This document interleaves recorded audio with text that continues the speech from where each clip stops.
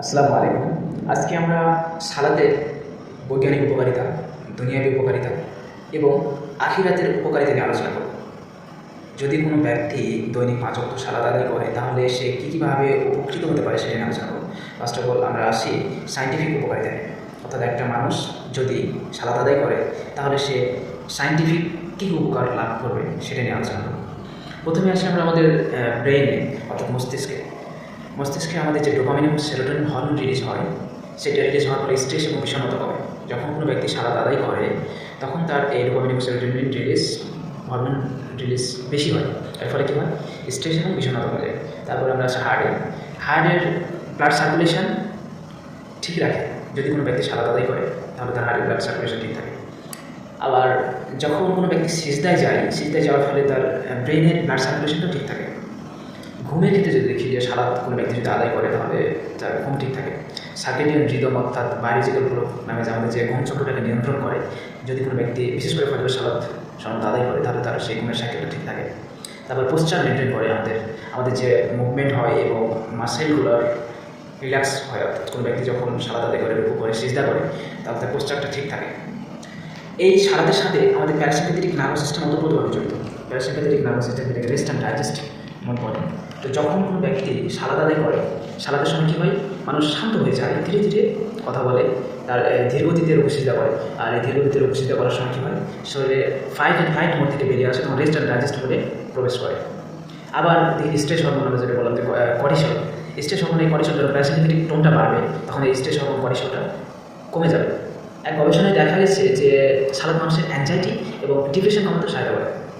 অর্থাৎ কোনো ব্যক্তি যদি সালাত আদায় করে তাহলে সে যদি কোনো অ্যাংজাইটিতে ভোগে বা ডিপ্রেশনে ভোগে তাহলে সেটা কমাতে কিন্তু সালাত আদায় করে।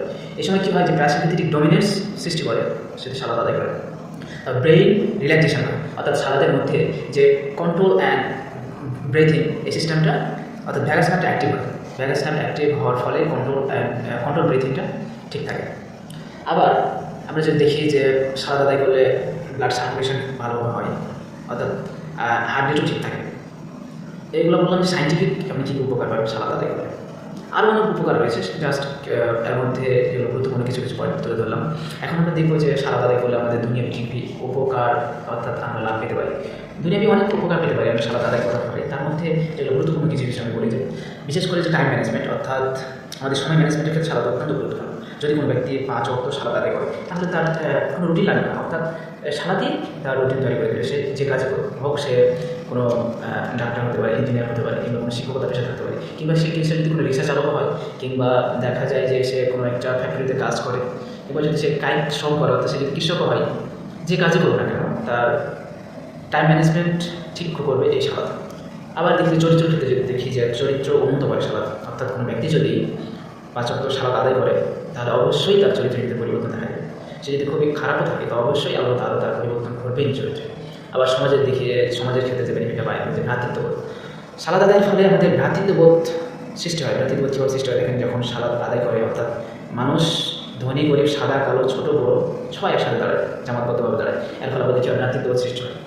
দায়িত্বশীলতার ক্ষেত্রেও আমাদের সালাত অত্যন্ত গুরুত্বপূর্ণ। সেটা যে কোনো পেশা হোক, অর্থাৎ পেশার ক্ষেত্রেও আমাদের সালাত হেল্প করে।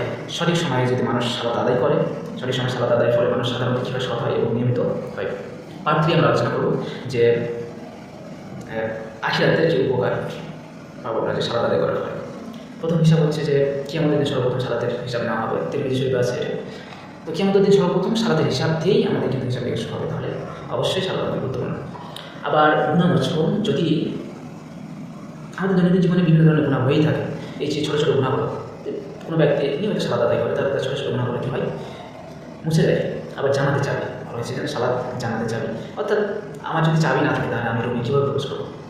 সেই চাবি খোলার পরে আমি রুমে প্রবেশ করতে পারবো। তাহলে এই সালাত হচ্ছে অত্যন্ত গুরুত্বপূর্ণ, কারণ আমার টার্গেট আলটিমেটলি আমার গোল কি? জান্নাত পাওয়া। সেটা হচ্ছে আমার চরম সফলতা। তো সেই সফল হতে হলে আমার কী করতে হবে? সালাত আদায় করতে হবে। অর্থাৎ চাবি ছাড়া তো রুমের দরজা খোলা অসম্ভব। তারপর জান্নাত থেকে রক্ষা, আল্লাহ তাআলা অনেক জায়গায় বলছেন, সূরা মুদাসসিরে বলছেন যে যদি কোনো ব্যক্তি সালাত আদায় করে তাহলে অবশ্যই তাকে জাহান্নাম থেকে পরিত্রাণ পাবে। আর কোনো ব্যক্তি সালাত যদি আদায় না করে তাহলে কী হবে? তাকে শাস্তির সম্মুখীন হতে হবে। এখন আলো নাজাত হিসেবেও আমাদের সালাত অত্যন্ত গুরুত্বপূর্ণ, অর্থাৎ সালাত আসলে ময়দানে কীভাবে আলো হবে। আবার সালাদ শুধু শরীরের জন্য নয়, আমাদের আত্মা এবং জীবনের পরিপূর্ণ প্রশিক্ষণ হচ্ছে সালাদ।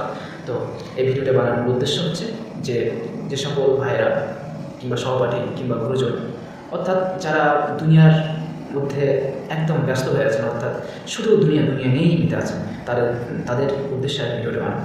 যদি কোনো ব্যক্তি আমার এই কথাগুলো শুনে পরিবর্তন হয়, অর্থাৎ সালাদ শুরু করে, সেখানে হচ্ছে সার্থকতা। তো আল্লাহ তাআলা সকলকে সুস্থ রাখুন। আজকে এই পর্যন্ত। আসসালামু আলাইকুম।